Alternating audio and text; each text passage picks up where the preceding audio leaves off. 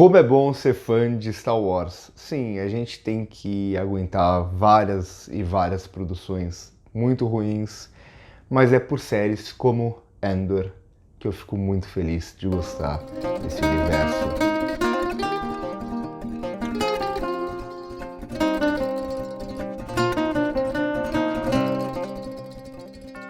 Bom, abri o vídeo só falando rapidamente que tem uma ceninha pós-créditos, não sei se vocês assistiram, não tinha nos outros episódios. É uma cena bem curtinha, mas significativa, que eu não vou comentar aqui porque esse vídeo é com spoilers e eu não sei se vocês que assistiram o episódio acabaram assistindo a cena pós-crédito também.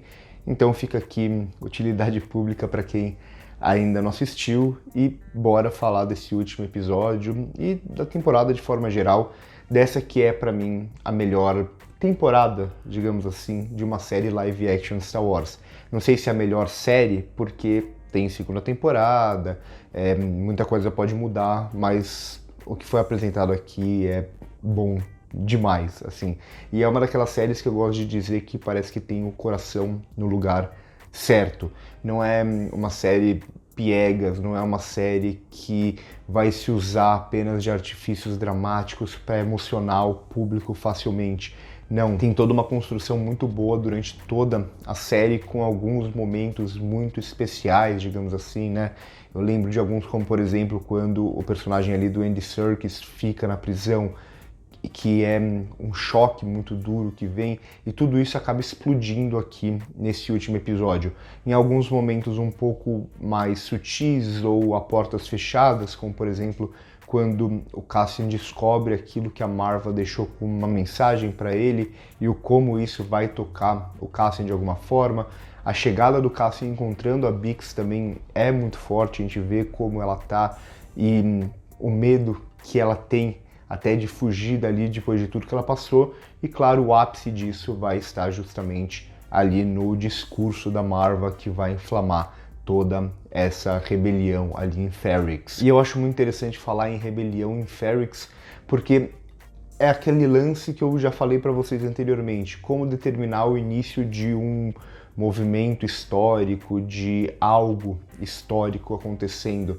Sim, a gente vê ao longo da história que há momentos que podem ser chaves para tais coisas acontecer. Há uma morte que pode ter impulsionado o começo da Segunda Guerra Mundial, por exemplo.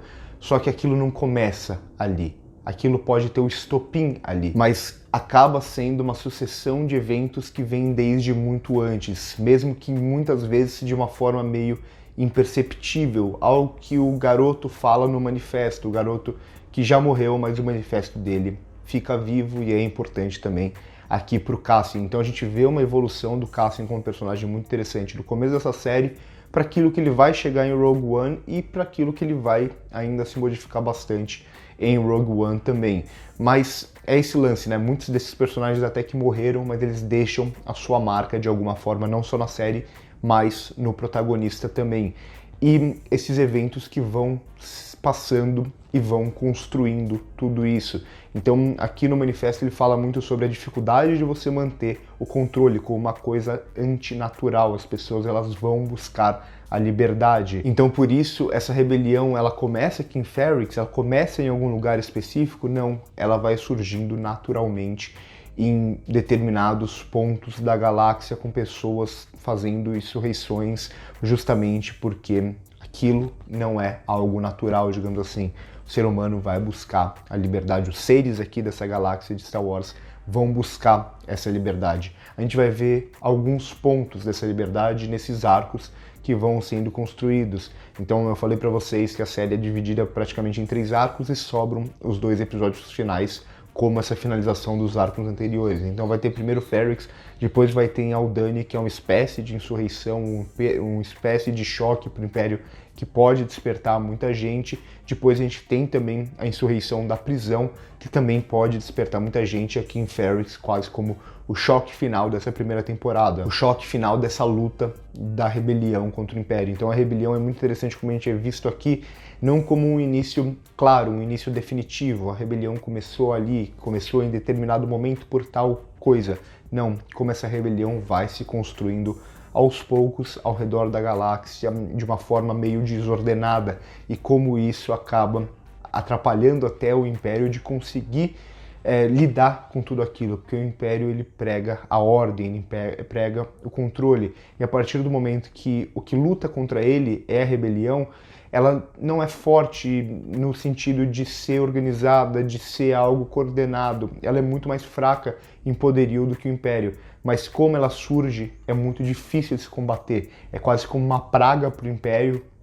Claro, vocês entendem o que eu estou querendo dizer aqui, que vai se espalhando e o Império não consegue conter, apesar de todo esse controle que eles têm. E a série vai fazer algo muito interessante aqui, justamente em como estabelece todos esses personagens na série e dentro do episódio. Então a gente foi vendo durante a série vários núcleos diferentes, alguns que a gente falava por quê, às vezes até, né, tipo, para onde, não porque de ser ruim, mas para onde isso vai levar.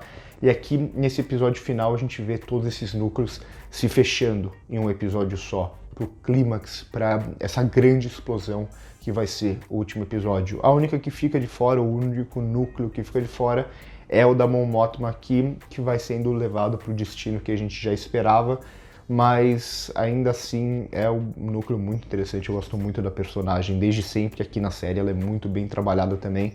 Gosto como ela tá sufocada de alguma forma, né, e tenta sair disso. Então isso fica muito claro quando ela abre ali o vestido apertado no pescoço logo inicialmente, enquanto a gente vê ela pela janelinha do carro, bem fechadinha ali. Mas no restante todos os personagens vão se encontrar nesse momento final aqui em Ferrix, nessa batalha final em Ferrix, e cada um com os seus interesses, digamos assim.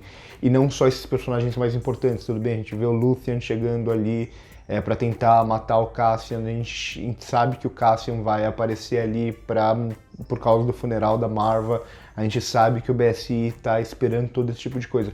Mas tem pequenos personagens aqui que vão aparecer no episódio que não tinham relevância alguma na série, mas vão ser fundamentais para construir toda essa explosão sem dizer muita coisa. Então a gente tem ali o cara que chega para salvar a mulher do BSI, eu sou péssimo com nomes aqui na série do Andor, eu simplesmente não consegui decorar a maioria deles, mas a gente vê simplesmente ele trocando ali o boné quando ele está chegando no lugar. Não precisa dizer muito, ele vai ter a importância dele passando por um civil para salvar a líder ali do BSI, que eu esqueci o nome de novo. Então essa simples troca de boné a gente já entende, e principalmente quando ele tem a função dele mais clara ali dentro, a gente entende o porquê ele está se passando ali por civil. Ou mesmo o garoto que está construindo as bombas. A gente vê assim, o episódio vai várias vezes nele construindo as bombas e parece algo deslocado, e quando chega a hora H a gente entende o porquê. Ou aquele que acaba sendo um informante pro BSI ali dentro. Então, como o episódio vai desenhando esses pequenos momentos para juntar tudo, né? É um episódio que vai fazer justamente isso, juntar tudo em um determinado lugar, em um lugar que pode ser importante para impulsionar essa rebelião. É o começo da rebelião? Não, mas é um evento importante e por isso isso acontece, por isso a série fecha tudo nesse evento. Fecha tudo e explode aqui, explode com perdas para os dois lados, principalmente para os civis, mas que chega no momento que isso já pouco importa, eles vão lutar contra o Império, impulsionados pelo sentimento deles que está desde lá do primeiro arco de Ferrix, quando a gente lembra deles batendo todos juntos em uma sinfonia e criando toda aquela união, e essa união ela vai explodir aqui nesse episódio a partir do discurso da Maarva e de um sentimento de todos eles. Então, acho interessante que Ferrix tem um pouco da rebelião de forma geral. É um sentimento que vai crescendo dentro das pessoas até o momento que não dá mais. Eles não podem mais ser reprimidos. E eu acho muito interessante como se a sinfonia era criada ali dentro do primeiro episódio, fora de campo, com a gente escutando aquele barulho deles batendo todos ao mesmo tempo. Aqui, eles fazem algo muito interessante, principalmente ali no início, desse funeral que vai gerar todo o conflito, que é transformar a trilha sonora em uma trilha sonora diegética, ou seja, uma trilha sonora que acontece dentro do universo da série, com aqueles instrumentos funcionando juntos para criar toda aquela força da trilha sonora que representa muito da união desse povo, ao mesmo tempo que isso vai funcionar também para aquilo que está em Ferrix, mas um pouco mais distante. Então quando a gente vê o Andor, a gente escuta não uma trilha sonora forte, mas a gente escuta essa trilha sonora bem ao fundo, porque ele está distanciado um pouco daqueles personagens, ele está fazendo o plano dele, digamos assim, para salvar a Bix distante da onde está o foco do Império naquele momento. Então, mais um belíssimo episódio de Andor, assim, para fechar com chave de ouro essa primeira temporada dessa excelente série. Então, a gente tem visto algumas produções bem mais fracas nos últimos anos de Star Wars e tal. É muito bom quando a gente vê um coração muito presente e não um controle no sentido de tudo ser muito controlado, mas uma série que a gente vê exatamente de onde ela está saindo, para onde ela quer chegar, o que ela está fazendo e como ela consegue nos tocar nesse caminho. E além disso, eu queria dizer mais uma coisa, que é justamente sobre o Anton Kreegyr aqui, que é o personagem que a gente não vê na série, a gente só descobre que ele foi realmente massacrado. Eu acho muito interessante essa escolha da série de nem dar, até tem um rosto que a gente vê ali e tal, mas de não dar assim, aproximar a gente do personagem ou coisa do tipo, que é justamente quase como o pesar do Luthen, né? De tomar essa decisão de sacrificar pessoas porque ele acha que esse é o caminho certo. Então eu fico muito curioso para a segunda temporada do Andor junto com o Luthen aqui também, porque o Andor que a gente vê nessa série, que a gente vê também lá em Rogue One, pelo menos no início de Rogue One, tem um pouco do Luthen, né? Nesse sentido de matar, nesse sentido de tomar escolhas difíceis, de ser quase um assassino ali para rebelião, esse tipo de coisa. Então, muito dessa personalidade vem sendo construída e pode ser mais forte na segunda temporada. Fico muito curioso também o que vai acontecer com o Luthen, que é, acho que o meu personagem favorito dessa primeira temporada. Então, é uma pena que muitos fãs de Star Wars, ou pessoas que gostam do universo, simplesmente tenham ignorado Andor e essa série não tenha sido tão assistida como deveria. Uma pena mesmo, porque muita gente assistiu Boba Fett, muita gente assistiu Obi-Wan pelo nome, e fica cada vez mais claro que Star Wars, principalmente no que envolve lidar com momentos dentro de um universo que já está construído, tem funcionado melhor nas séries quando são personagens novos, com histórias novas que se ligam de alguma forma com as originais. Gostei muito de Andor. Curte o vídeo se gostou, se inscreve no canal se ainda não é inscrito, comenta aqui embaixo o que vocês acharam, se vocês concordam ou não comigo, recomenda esse vídeo para os seus amigos que também gostaram da série. Primeiro comentário fixado tem as nossas outras redes sociais. Por hoje é isso e corta.